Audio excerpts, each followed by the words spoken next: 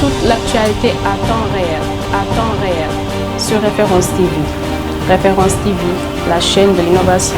Je salue tout le monde, tous nos amis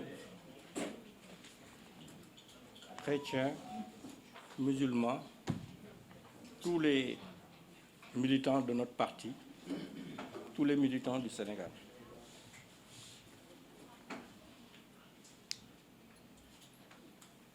Sénégalaises, Sénégalais, mes chères concitoyennes et concitoyens d'ici et de la diaspora, chers amis du Sénégal. Le 25 février prochain, le peuple souverain aura la lourde mais exaltante mission de faire son choix sur celle ou celui d'entre nous qui devra être chargé d'exercer les plus hautes fonctions de président de la République, et cela 5 années durant. L'heure est au bilan. L'heure est à la prise de décision. Mais l'heure est également aux résolutions. Malgré toutes les avancées significatives observées, dans le respect de la parole donnée par l'actuel chef de l'État, qui s'est conformé à l'esprit de notre loi fondamentale, il reste beaucoup à faire. Pour des pays comme les nôtres, en manque de réponses adéquates face à l'extrême pauvreté d'une grande majeure partie de la population, nous nous devons, en tant que citoyens et en toute responsabilité,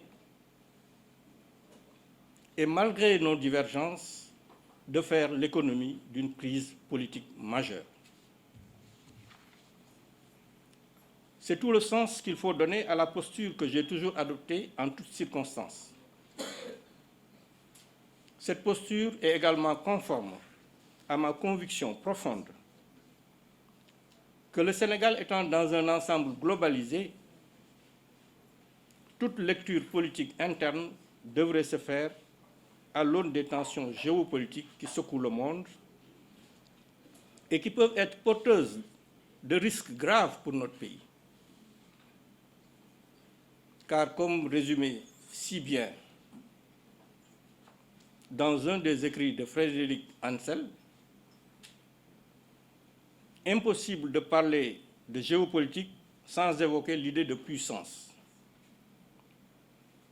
Rapport de force, zone d'influence, conflits politiques, économiques et militaires sont la matière des relations internationales.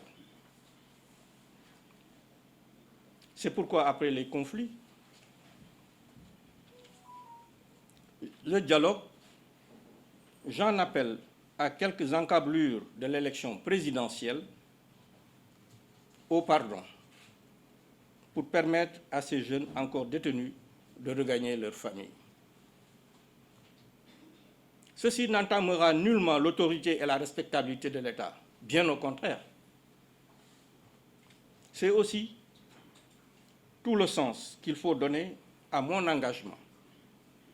Après avoir exercé autant de fonctions administratives et politiques, dont les dernières, Premier ministre et président de la commission de l'UEMOA, m'ont encore permis de mieux appréhender les servitudes de la charge de servir les populations les plus démunies. L'acuité des problèmes qui assaillent ces citoyens et leurs familles, un besoin d'éducation, de santé et j'irais même de survie, ne doit pas nous poser d'être dans une position d'avoir notre responsabilité.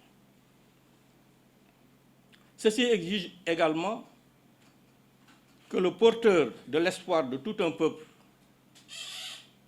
d'ici quelques mois, ne soit pas dans une position de tâtonnement dans la gestion de l'État. il ne doit pas non plus être dans une posture de réaction spontanée face aux écueils de la mondialisation, mais plutôt d'action en toute connaissance de cause dès le prononcé du verdict des urnes le 25 février 2024. Passionné de toujours, comme je le suis, de relever les défis tout au long de la trajectoire d'une vie, je demande aux Sénégalais, sans exclusive, de me faire confiance et de porter le choix sur ma personne au cours de l'élection à venir. Avec un profond sentiment de responsabilité envers notre nation, son peuple et sa grandeur. J'en appelle à tous les Sénégalais, de sang ou d'adoption, soucieux du devenir de notre beau pays, à s'unir autour du projet de développement à venir de notre pays. J'ai choisi le chemin du parrainage citoyen pour aller au contact de cette généreuse jeunesse, de ces braves femmes et de ces entrepreneurs travailleurs, en souhaitant ranimer l'espérance. Par la proposition d'une nouvelle alternative politique, je dirais même d'une nouvelle offre politique, qui ne sera pas illisible à cause de la ruse sinécure. J'ai longtemps intégré l'intelligence de notre jeunesse et son ambition à servir le Sénégal. Cet enthousiasme débordant de ces jeunes doit être perçu comme une force,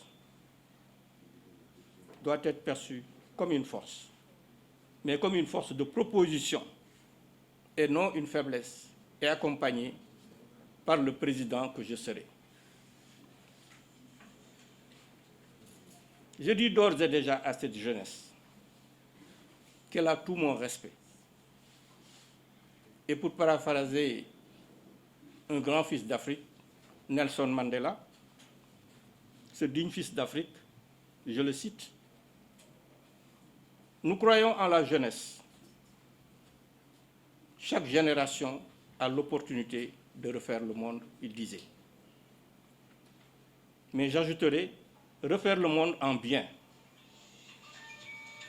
Car vous n'êtes pas et vous ne devez pas accepter, vous les jeunes, d'être comparés à la misère du monde.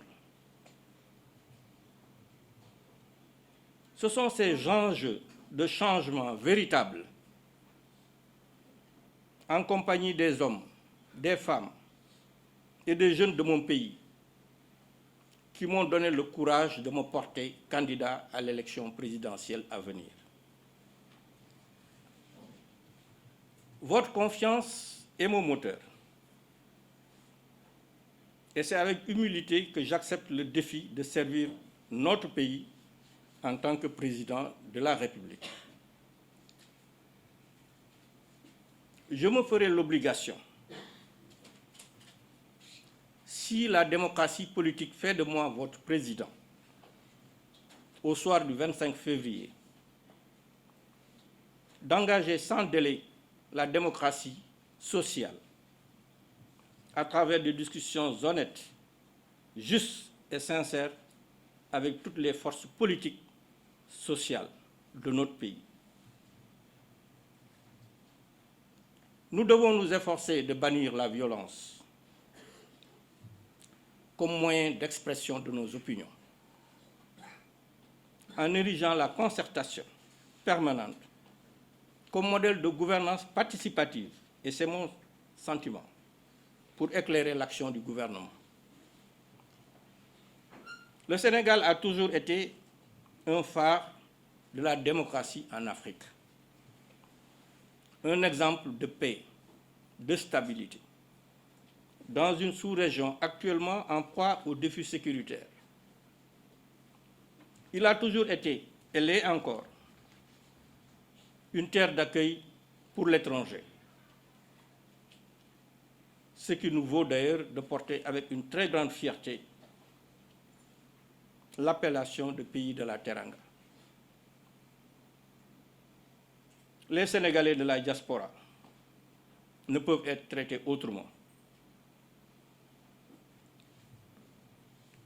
Dans un monde au bord de la rupture de confiance des citoyens du Nord comme ceux du Sud, face aux organisations de gouvernance financière, économique et sociale,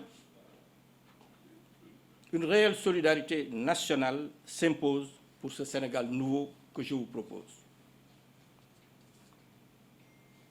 Notre marche vers l'émergence ne doit plus être un slogan,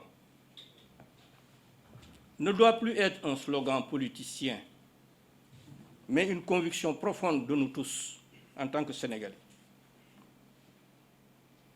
Car l'émergence d'un peuple se mesure d'abord par la prospérité de citoyens aux intérêts mieux défendus, par une répartition plus équitable de sa richesse, dont les plus grands bénéficiaires sont des femmes et des jeunes bien formés et en bonne santé pour faire face au choc et à la résilience. Par un environnement sain avec des infrastructures sociales solides permettant au secteur privé, notre secteur privé, d'avoir des gains de compétitivité incontestables, inestimables en ce XXIe siècle. Le monde est à un tournant décisif de son évolution. Je dis bien le monde.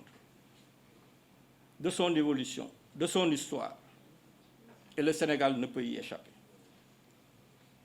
L'équité, la prospérité et la justice seront les piliers fondamentaux qui guideront notre marche vers ce Sénégal nouveau que je vous propose.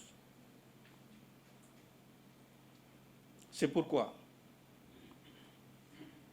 si nous voulons éviter le choc des déséquilibres entretenus,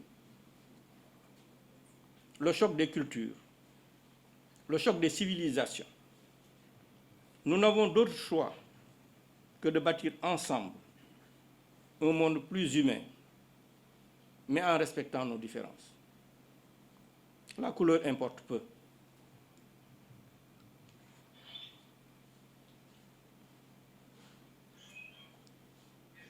Personne, sans distinction, ne sera laissé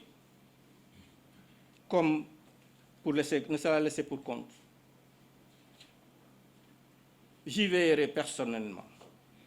J'y veillerai personnellement car je serai le président de tous les Sénégalais. Mais cela ne peut se faire que si nous travaillons ensemble, en mettant de côté nos divergences pour le bien commun. Mettre de côté nos divergences pour le bien commun que nous avons, le Sénégal. Je vous invite à vous joindre à moi et mon équipe, à travailler à un Sénégal fort mais uni. Je suis le candidat de l'espérance. Quand je parle d'espérance, c'est espérance traduite comme une confiance pure et désintéressée en l'avenir. Je suis votre candidat.